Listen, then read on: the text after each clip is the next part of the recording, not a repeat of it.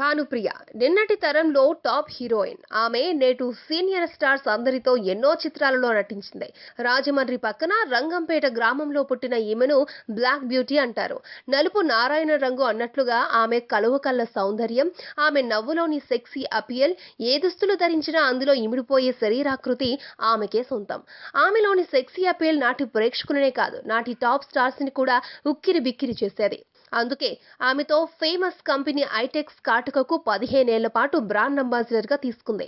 నేటి రోజుల్లో brand ambassador అంటే పెద్ద విషయం కాదు, కానీ ఆ రోజుల్లో బ్రాండ్ అంబాసిడర్ అంటే చాలా గొప్ప. ఇక ఈ కలువకల్ల సుందరి చిన్ననాటి నుంచి శాస్త్రీయ నృత్యాలను కూడా నేర్చుకుంది. దాంతో ఆమె చిరంజీవి వంటి వారికి కూడా స్టెప్స్, సాంగ్స్ సరిసాటి అనిపించేది. ఇక స్వర్ణకమలం, అమెరికా అల్లుడు చిత్రాలతో పాటు పలు చిత్రాలలో తన శాస్త్రీయ నృత్యంతో కె విశ్వనాథ్, వంశీ వంటి డైరెక్టర్స్ చేత చప్పట్లు కొట్టించుకునేది. అది మోడ్రన్, ఫోక్, బ్రేక్ ఇలా ఏ నృత్యమైనా ఆమె చేస్తుంటే పక్కవారికి ఎక్కడా లేని ఎనర్జీ వస్తుంది. కాగా దర్శకుడు వంశీ ఆమెకు సితార చిత్రం టైటిల్ పాత్ర ఇచ్చాడు. అందులో సుమన్, శరత్ బాబు వంటి వారు నటించారు. సూపర్ డూపర్ హిట్ గా నిలిచిన ఈ చిత్రం ఆమె జీవిత గమనాన్నే మార్చేసింది. ఇక వంశీ అంటే చాలా సున్నిత మనస్కుడు. సంతోషాన్ని, బాధను దేనిని తట్టుకోలేడు.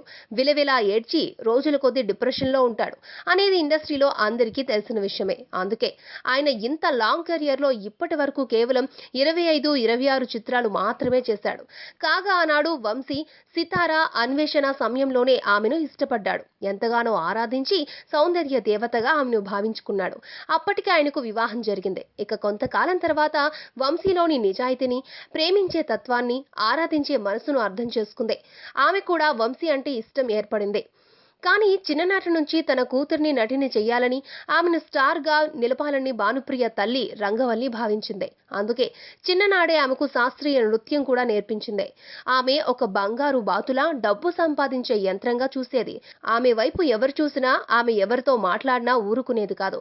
నానా రచ్చ చేసి గందరగోళం చేసేది. నాడే ఆమెపై ఆమెను చిరంజీవి, సుమన్ వంటి వారు ఇష్టపడుతున్నారని కూడా ప్రచారం జరిగింది. ఒకానొక దశలో భానుప్రియ తల్లి చిరంజీవి, సుమన్ వంటి వారిని వలలో వేసుకోమని, అంతేగాని వంశీని పెళ్లి చేసుకుంటే ఏమీ రాదని వారించిందంటారు. ఇక భానుప్రియ, వంశీలు మాత్రం బాగా ప్రేమించుకుని ఒకరు లేనిదే మరొకరు ఉండలేని స్థితికొచ్చారు.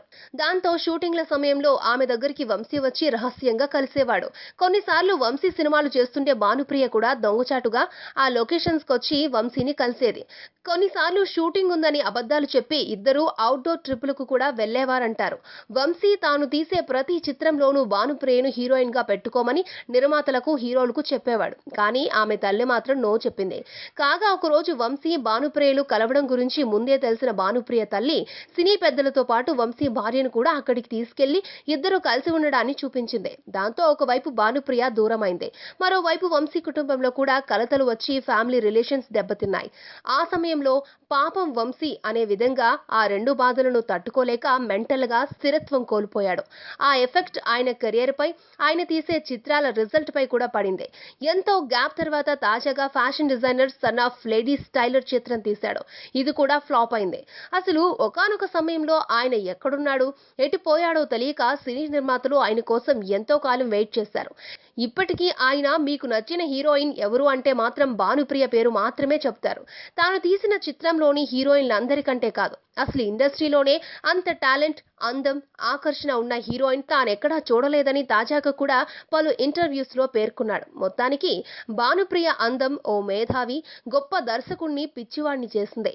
ఈ స్టోరీ మొత్తం వింటే వంశీ, భానుప్రియ చెల్లెలతో రాఘవ హీరోయిన్ గా తీసిన మహర్షి చిత్రం గుర్తురాక మానదు.